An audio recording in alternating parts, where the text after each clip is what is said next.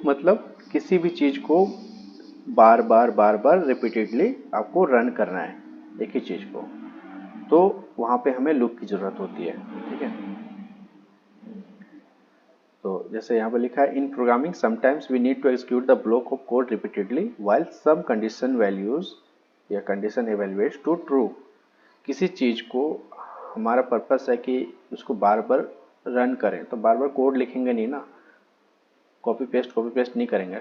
अगर 100 बार रन करना तो 100 बार कॉपी पेस्ट करना पड़ेगा, तो बेटर है उसके लिए हम यूज करें लूप। वहां पे एक लाइन में ही सारा काम आपका हो रहा है। However, loop statement are used to execute the set of instruction in repeated order. Repeated order में होगा obviously. The execution of the set of instruction depend upon the particular condition. जो भी हम condition देंगे वो अगर मैच होता है तो वो रन करेगा।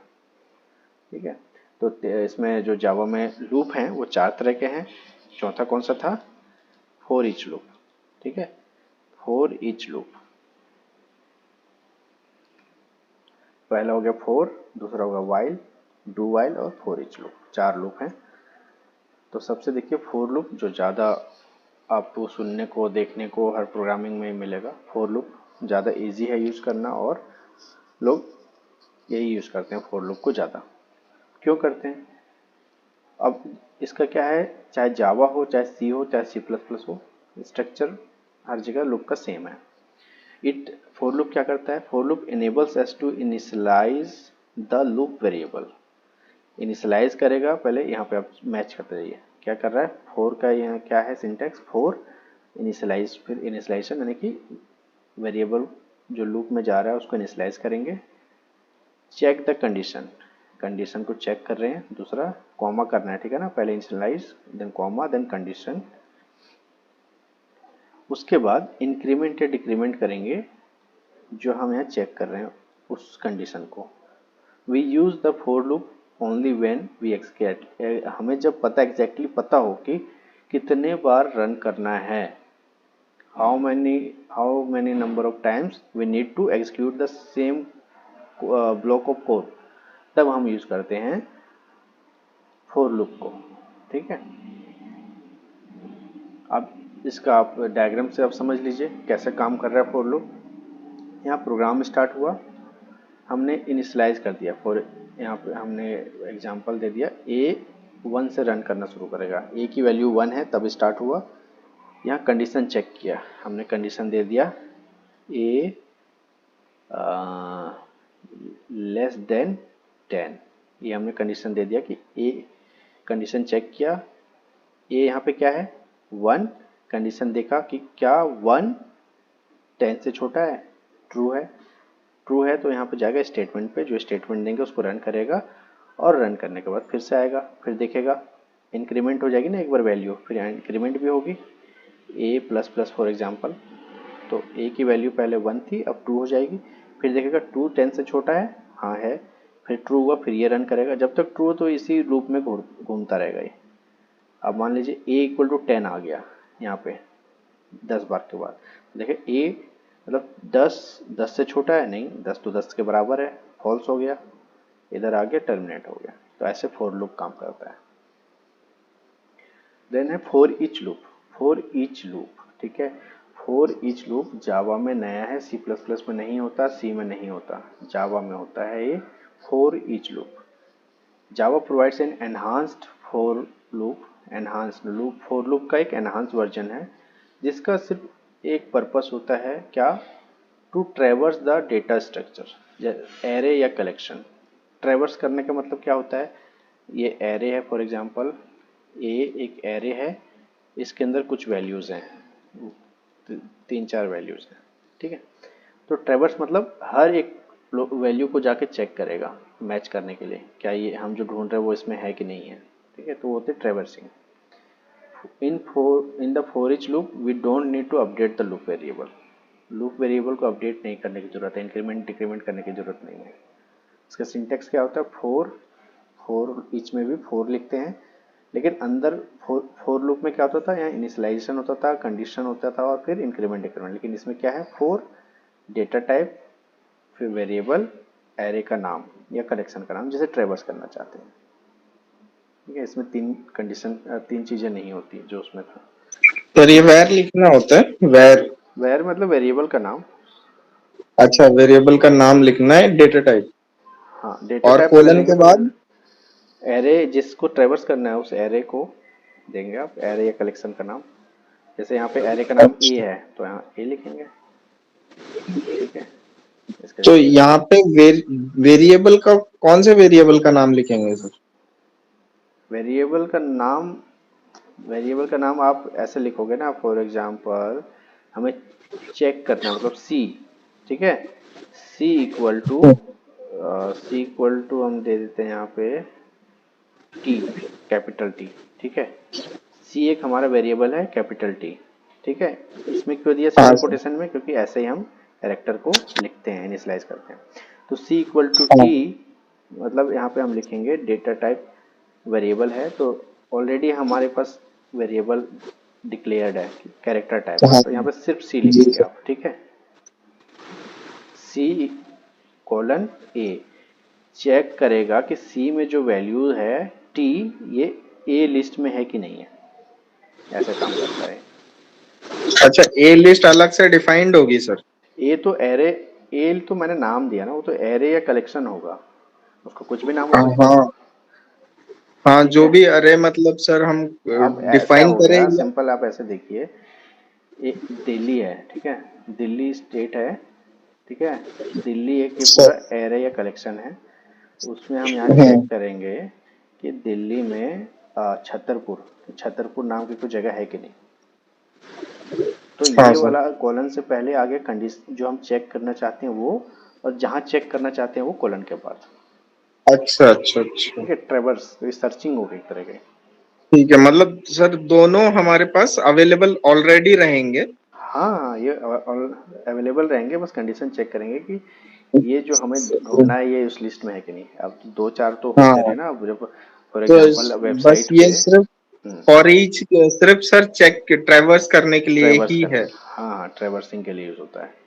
हाँ, बाकी कुछ मतलब कोई फंक्शन या कुछ नहीं हम परफॉर्म करना चाहें उसके लिए नहीं यूज कर सकते? नहीं, ये चेकिंग के लिए यूज होता है, सर्चिंग आप कह सकते हो, ट्रेवर्सिंग हाँ, डेटा क्वेरी वगैरह करने। हाँ। ठीक है, राइट।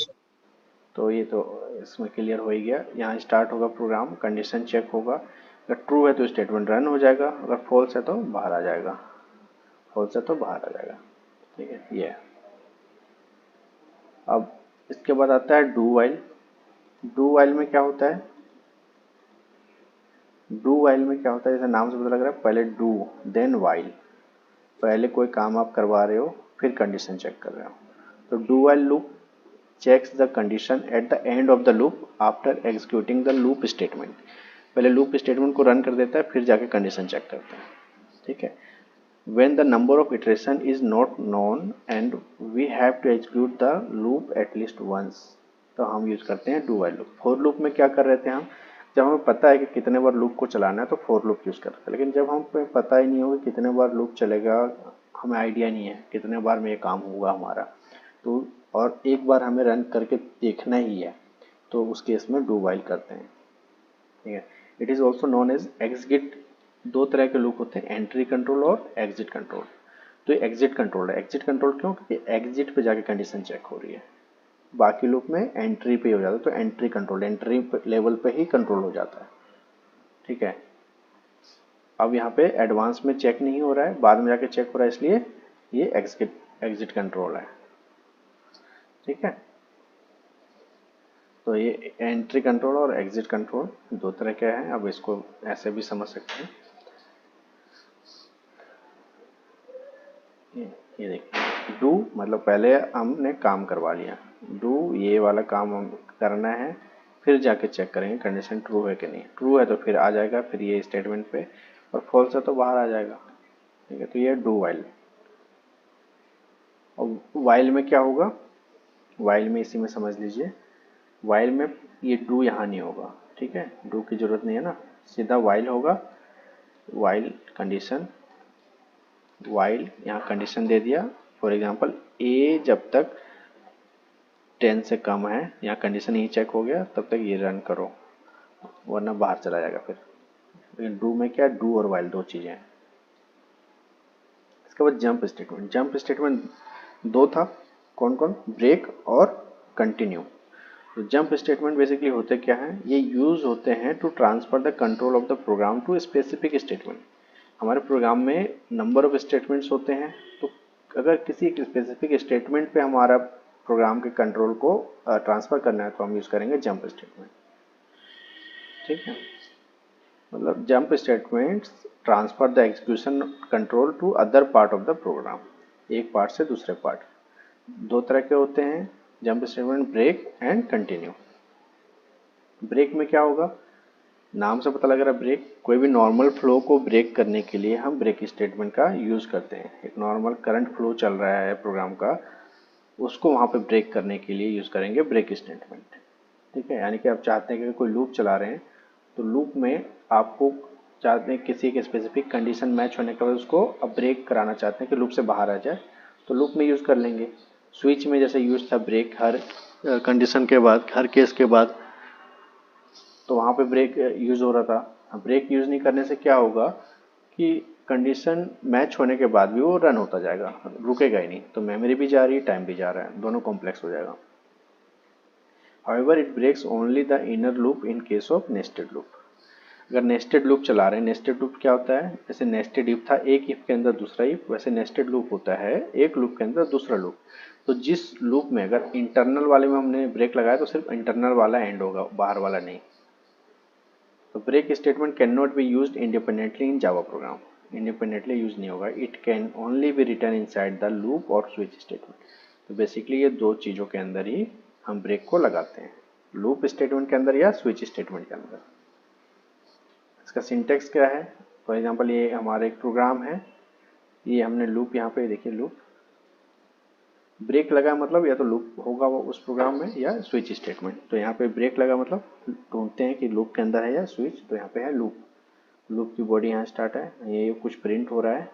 लूप के अंदर इफ लगाया हुआ है, चेक करेगा अगर इफ आई इक्वल टू 6, अगर आई की वैल्यू 6 है तो ये ब्रेक होके बाहर आ जाएगा। ठीक है, तो जिस बॉडी के अंदर ब्रेक लगा है सिर्फ वहां से ब्रेक होगा।